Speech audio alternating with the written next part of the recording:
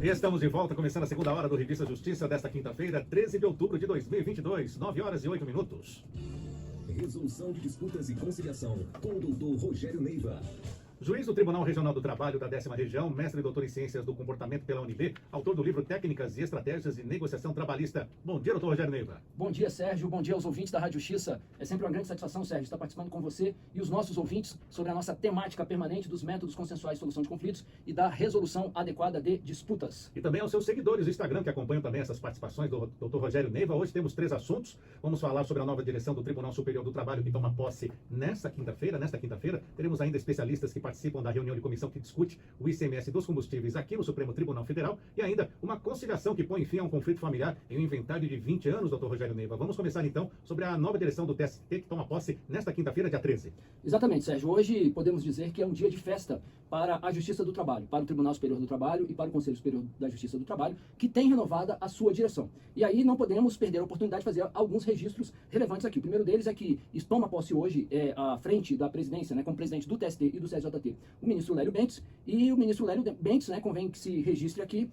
tem tudo para fazer uma excelente gestão, porque tem um histórico de vinculação às pautas inclusivas, às pautas sociais, às pautas humanistas. Aliás, o ministro Lélio é tido como um grande humanista, uma pessoa que sabe respeitar e valorizar as pessoas, inclusive as pessoas, não só numa perspectiva mais macro e política, mas também no seu dia a dia, na relação com os servidores, com os magistrados, com os juízes auxiliares, uma pessoa que sabe olhar para frente e que também tem a sua contribuição para a resolução adequada de disputas, que é a nossa pauta aqui,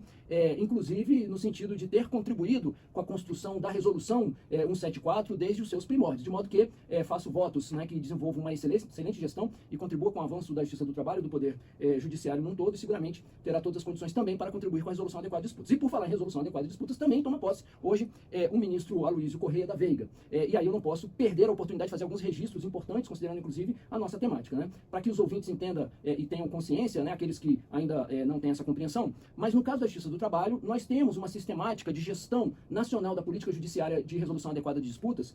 que se concentra na vice-presidência. A vice-presidência do TST e do CSJT, mais especificamente a vice-presidência do Conselho Superior da Justiça do Trabalho, ela exerce a coordenação da Comissão Nacional de Promoção e Conciliação, a CONAPROC, que é como se fosse o paralelo do FONAMEC da Justiça Estadual e do FONACOM na Justiça Federal. Ou seja, a vice-presidência é o órgão central de gestão dessa política pública e promove uma articulação com todos os 24 tribunais regionais do trabalho, de modo que é um papel muito importante que só existe na Justiça do Trabalho, nesse papel aí de órgão central de gestão exercido pela vice-presidência. E o ministro Aloysio Correia da Veiga, como eu disse, assume hoje a vice-presidência do TST e também tem tudo para desenvolver uma excelente gestão. E eu digo isso, inclusive, pelo papel que o ministro Aloysio desempenhou recentemente, hoje sai da direção da Escola Nacional da Magistratura, prestigiando de maneira significativa a formação na área da resolução adequada de disputas. Não por acaso, comentamos na semana passada aqui o grande evento que foi realizado pela Enamate para fechar a gestão, numa feliz coincidência, exatamente sobre essa temática da resolução adequada de disputas. Então o ministro Aloysio desenvolveu um belo trabalho na Enamate, tendo contado aí com apoio, um apoio assim reconhecidamente importante e espetacular do juiz Platão Neto, que foi o seu juiz auxiliar na Enamate, e tem tudo para dar continuidade a essa contribuição à resolução adequada de disputas de uma maneira mais específica, intensa e direta na vice-presidência, e que terá também, Sérgio, o apoio e o auxílio da minha amiga Roberta Mello, juíza, que será juiz auxiliar da vice-presidência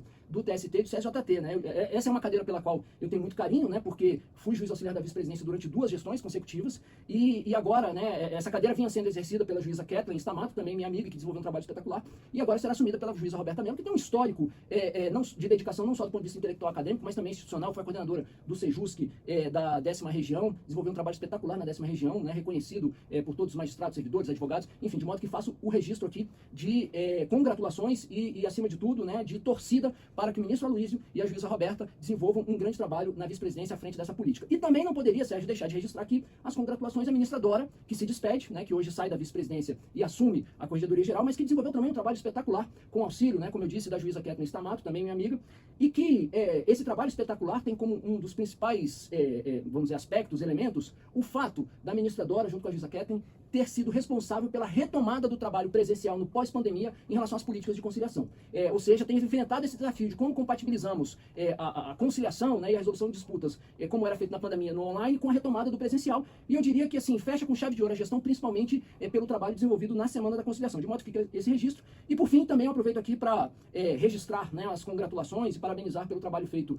principalmente em termos de dedicação à política de conciliação por parte da SECOM, do Tribunal Superior do Trabalho, a Secretaria de Comunicação Comunicação, que fez um belo trabalho, inclusive no apoio à Semana da Conciliação, né, tendo à frente aí por parte o meu amigo Matheus, e o Alessandro Jacó, a Tassiana Guizio, enfim, profissionais da comunicação como você, Sérgio, que desenvolvem um trabalho importantíssimo, contribuindo para que o judiciário se comunique bem com a sociedade. E por último, também eu registro aqui as congratulações à chefe da assessoria parlamentar do TST, que sempre está, né, a doutora Clara e a sua equipe, que sempre está ali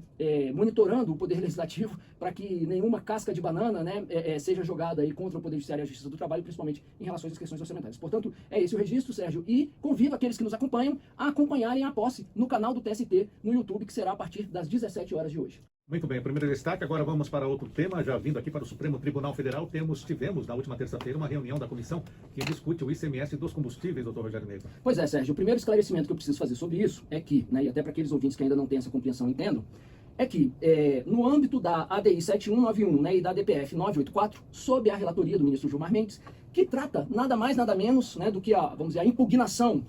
à legislação que trata do ICMS, especificamente quanto aos combustíveis, que talvez hoje até, né, com a questão eleitoral, não seja aí o grande debate no momento, mas não deixa de ter sua relevância e durante um bom tempo, né,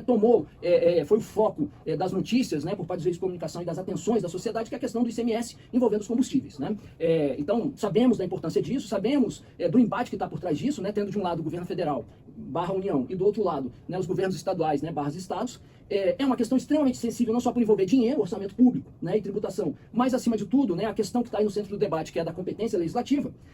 E aí o ouvinte pode estar se perguntando, mas o que isso tem a ver com conciliação, com resolução adequada de disputas? Isso tem tudo a ver, porque o ministro Gilmar Mendes, né, eu tenho dito, né, numa iniciativa vanguardista e inovadora, porém não inédita, né, de modo que não é a primeira iniciativa que um ministro do Supremo toma na condição de relator, mas, né, podemos tratar ainda como algo atípico e excepcional,